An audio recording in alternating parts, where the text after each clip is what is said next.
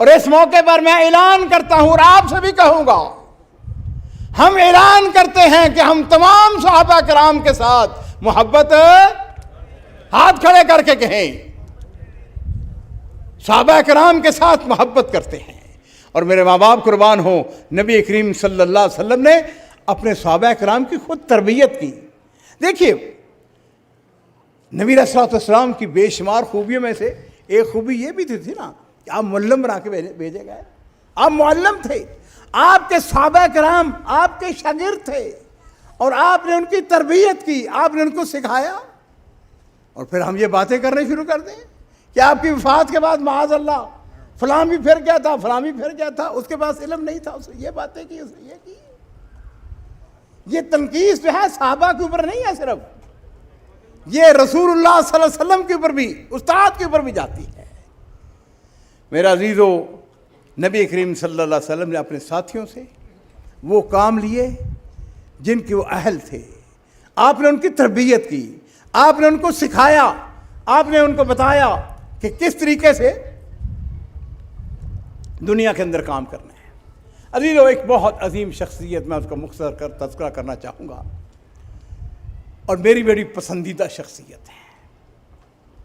نبی کریم صلی اللہ علیہ وسلم جمعے کا دن ہے، اب خطبہ فرما رہے ہیں، اور نبی علیہ الصلوۃ والسلام نے ارشاد فرمایا کہ یطلع علیکم من ھذا الباب رجل من خیر ذی یمن، آپ نے فرمایا کہ اس دروازے سے یمن کا ایک بہترین آدمی داخل ہوگا، اور علی وجہی مسد الملک، اس کے چہرے سے بشاشت، انتہائی خوبصورتی، نورانیت طبقتی ہے۔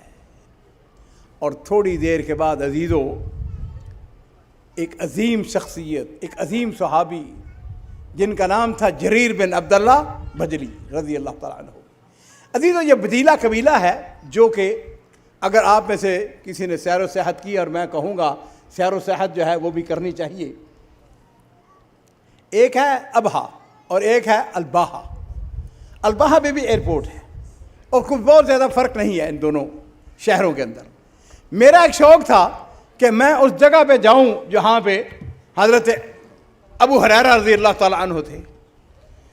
وہاں پر یہ الباہا اگر جائیں تو وہاں دوس قبیلہ ہے، جس میں حضرت ابو ہریرہ رضی اللہ تعالیٰ عنہ جو تھے دوس قبیلے سے تھے، اور وہاں ان کی بستی میں مجھے 2 دفعہ جانے کا اتفاق ہوا ہے۔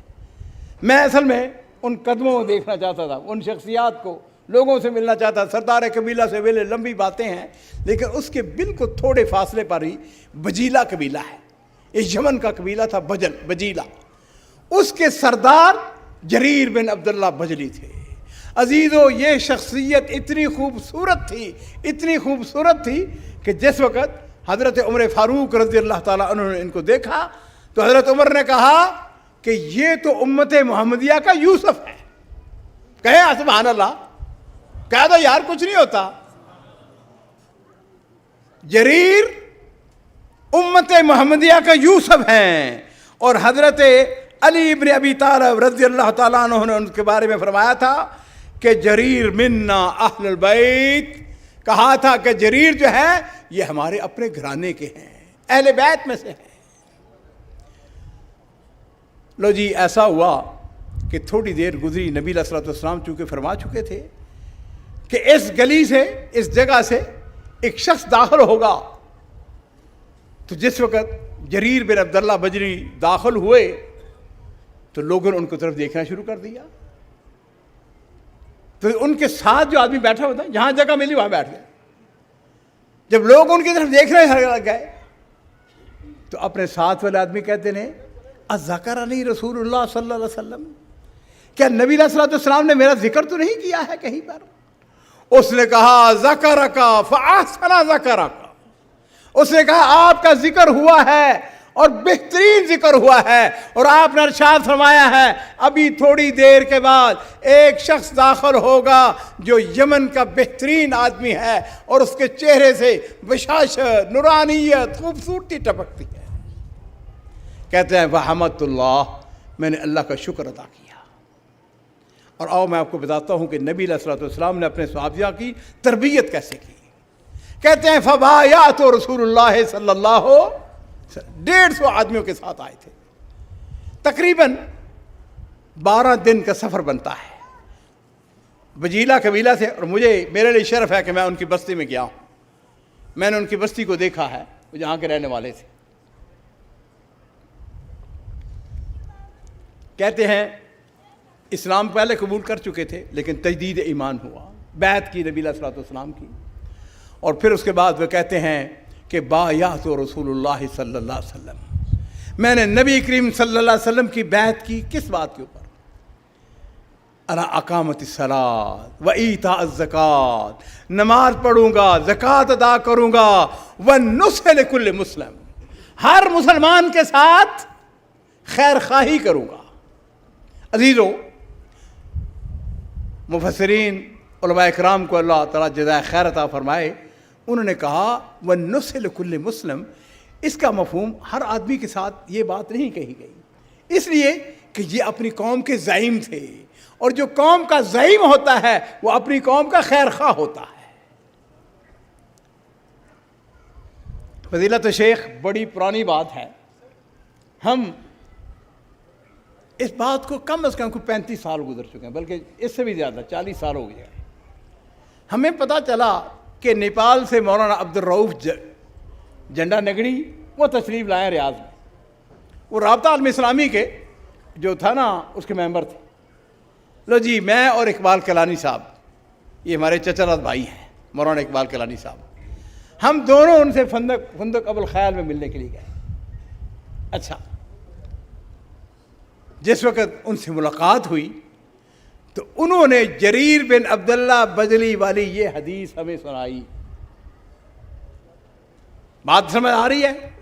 جو حدیث میں نے آپ کو بیان کی ہے نا, تو کہنے لگے, یہ ان کے الفاظ اور مجھے اس وقت سے واقعہ یاد ہے, کہنے لگے جریر بن عبداللہ بجلی نے نبی کریم صلی اللہ علیہ وسلم کے دست مبارک پر بیعت کی, والنصح لکل مسلم, کہ ہر مسلمان کے ساتھ خیر خواہی کروں گا. اور پھر ایک دن ایسا ہوا کہ انہوں نے اپنے نوکر کو بھیجا, جاؤ جا کے میرے لیے گھوڑا خرید کے لاؤ. گھوڑا خرید کے لایا. پوچھا کتنے کا لائے ہو؟ اس نے کہا 300 درہم کا. کہنے لگے یہ گھوڑا 300 درہم کا تو نہیں ہے. کہنے لگے یہ گھوڑا, اس کی قیمت زیادہ ہے. کہنے لگے تمہیں شخص سے پتا ہے جیسے گھوڑا خریدا ہے؟ اس نے کہا پتا ہے. کہنے لگے چلو مجھے اس کے پاس لے چلو. اور فضیلت شیخ اللہ تعالیٰ ان کی قبر کے اوپر رحمتیں نازل فرمائے,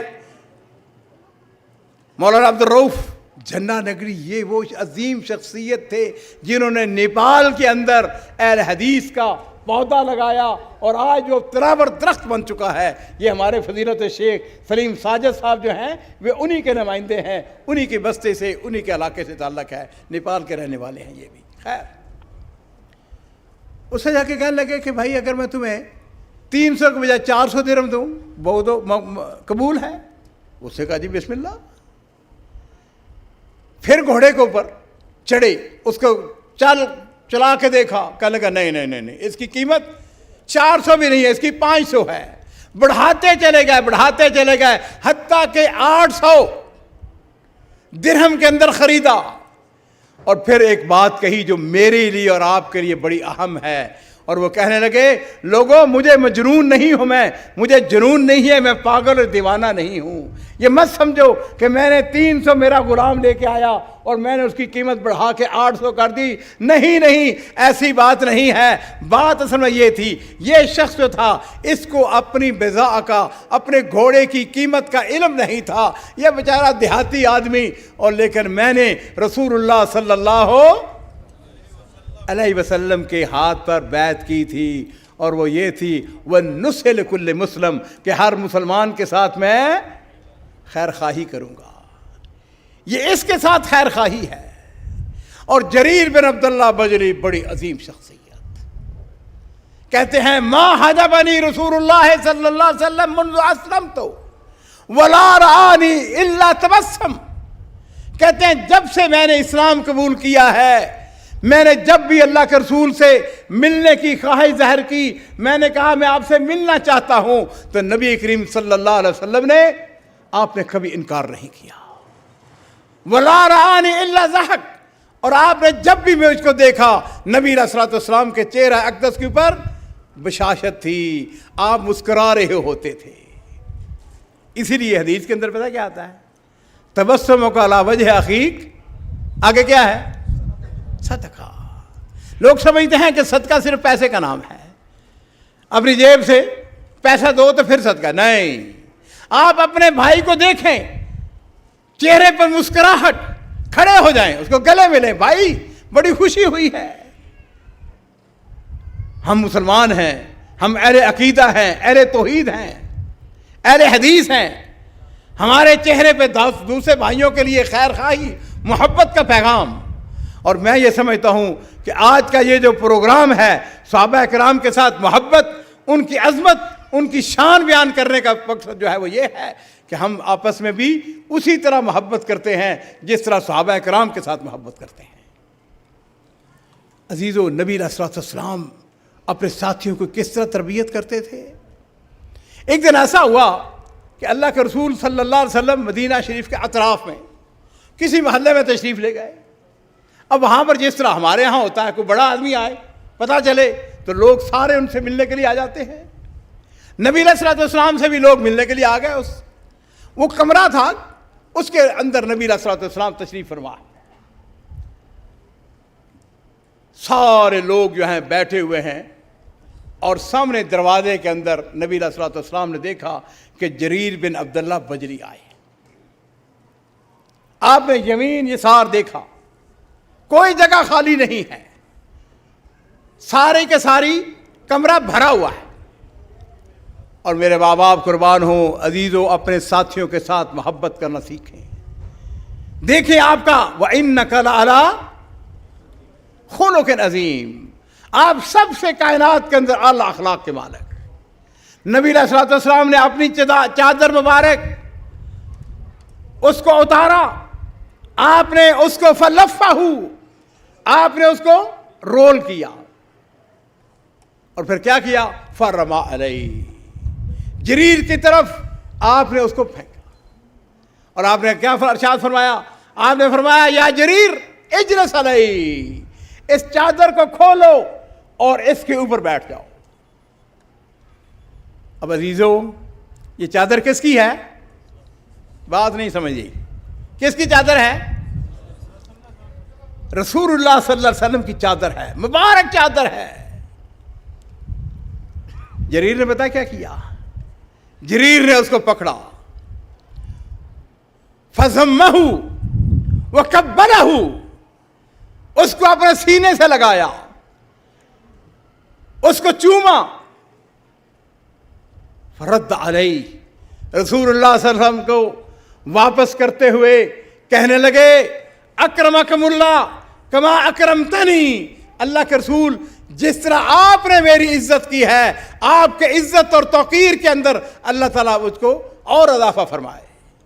آپ کی چادر اس لیے تو نہیں ہے کہ میں اس کو بچھا کے اس کے اوپر بیٹھ جاؤں. آپ کی چادر کا تقاضا یہ ہے کہ میں اس کو چوموں, اس کو سینے سے لگاؤں.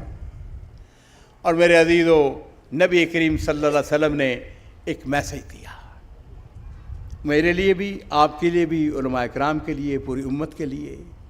آپ نے فرمایا کہ اذا آتاکم کریم قوم فاکرموہ, جب تمہارے پاس تمہاری قوم کا کوئی عزت دار آدمی آئے, کوئی بڑا آدمی آئے, فاکرموہ, تو پھر اس کی عزت کیا کرو. عزیزو, نبی کریم صلی اللہ علیہ وسلم نے ان سے ایک بہت بڑا کام لیا, اور وہ کام یہ تھا کہ ان کا جو علاقہ تھا وہاں پہ ایک بہت بڑا بت تھا, اس کا نام تھا ذوالخلصہ. ذوالخلصہ کا بت بہت بڑا تھا, چٹان تھی اصل میں, اس کو انہوں نے تراش کر کے اس کو بت کی شکل دی ہوئی تھی. نبی کریم صلی اللہ علیہ وسلم, چونکہ یہ انہی کے علاقے کا تھا, اور میں پھر عرض کرنا چاہوں گا, یہ ہمارے علماء کرام بیٹھے ہوئے ہیں, یہاں دعات بیٹھے ہوئے ہیں, لیڈر بیٹھے ہوئے ہیں, قائدین بیٹھے ہوئے ہیں, اور آپ بھی سارے قائد ہیں. سنیں, ہر اس آدمی کی, ایک قائد کی خوبی پتہ کیا ہوتی ہے؟ ہر اپنے کارکن سے, اپنے ساتھی سے وہ کام لیتا ہے جو وہ کام کر سکتا ہے.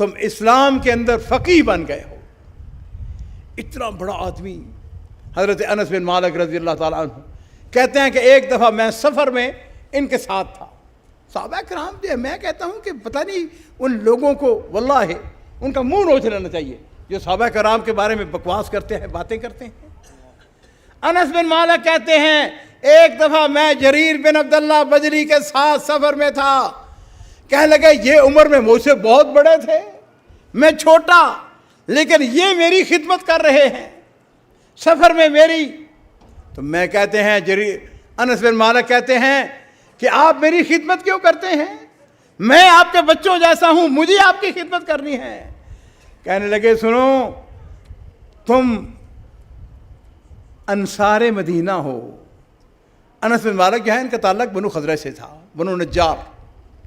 کہنے لگے کہ تم نے رسول اللہ صلی اللہ علیہ وسلم کی خدمت کی ہے، تم نے ان کو اپنے پاس جگہ دی ہے. کہنے لگے کہ میں نے یہ نیت کی ہوئی ہے کہ جب تک میں زندہ رہوں گا میں اہل مدینہ کے ساتھ، میں انصار کے ساتھ محبت کرتا رہوں گا. میرے عزیزوں، میرے بچوں، میں آپ سے عرض کرنا چاہوں گا کہ صحابہ کرام ان کے بارے میں پڑھیں، اور خاص طور پر وہ لوگ جن کا انہوں نے اشارہ کیا ہے، ہمیں کہنے میں کوئی حرج نہیں ہے. وہ جیلمی جو ہے مرزا جیلمی، اس کی تقریریں بالکل نہیں سننی چاہیے. غیر محسوس طریقے سے صحابہ کرام کے بارے میں شکوک و شبہات پیدا کرنا اسلام کے منافی ہے، دین کے منافی ہے. ہم آج کے اس پروگرام کے اندر یہی پیغام دینا چاہتے ہیں کہ ہم صحابہ کرام کے ساتھ محبت کرتے ہیں اور مرتے دم تک کرتے رہیں گے. اور انشاءاللہ ہم اللہ تعالیٰ سے دعا کرتے ہیں اللہ رب العزت قیامت والے دن ہمیں صحابہ کرام کے ساتھ بولیے اکٹھا کرے. ہمیں ان کی زیارتوں سے، ان کی ملاقات سے اللہ تعالیٰ ہمیں معروف نہ کرے. نبی کریم صلی اللہ علیہ وسلم کے حوض کوثر سے، آپ کے دست مبارک سے ہم سب کو حوض کوثر کا پانی نصیب فرمائے. اللہ تعالیٰ ہم سب کو اپنے عرش کا سایہ نصیب فرمائے، اور قیامت والے دن جنت کے اندر ہم سب اکٹھے ہوں. انشاءاللہ وہاں پہ شاہ جی کی تقریریں سنیں گے. ہیں جی، شاہ جی کے جو ہے نا وہاں پہ بھی شاہ جی نے تو عید بیان کرنی ہے. شاہ جی کا یہ اختصاص ہے، اللہ ان کو سلامت رکھے. بارک اللہ فیکم. بہت بہت شکریہ. اور میں جلال قادری صاحب، جلال اب محمدی بن گئے ہیں. ہاں جی، یہ قادری سے محمدی بن گئے ہیں. سفر بڑا لمبا ہے لیکن اللہ ان کو جزائے خیر عطا فرمائے. بہت نفیس انسان ہے، بڑا قابل آدمی ہے. اس قسم کے لوگ جو ہے نا، وہ آدمی ایک ہوتا ہے لیکن اپنے پیچھے اپنی جماعت کو لے کے چلتا ہے. بارک اللہ فیکم. وآخر دعوانا ان الحمد للہ رب العالمین.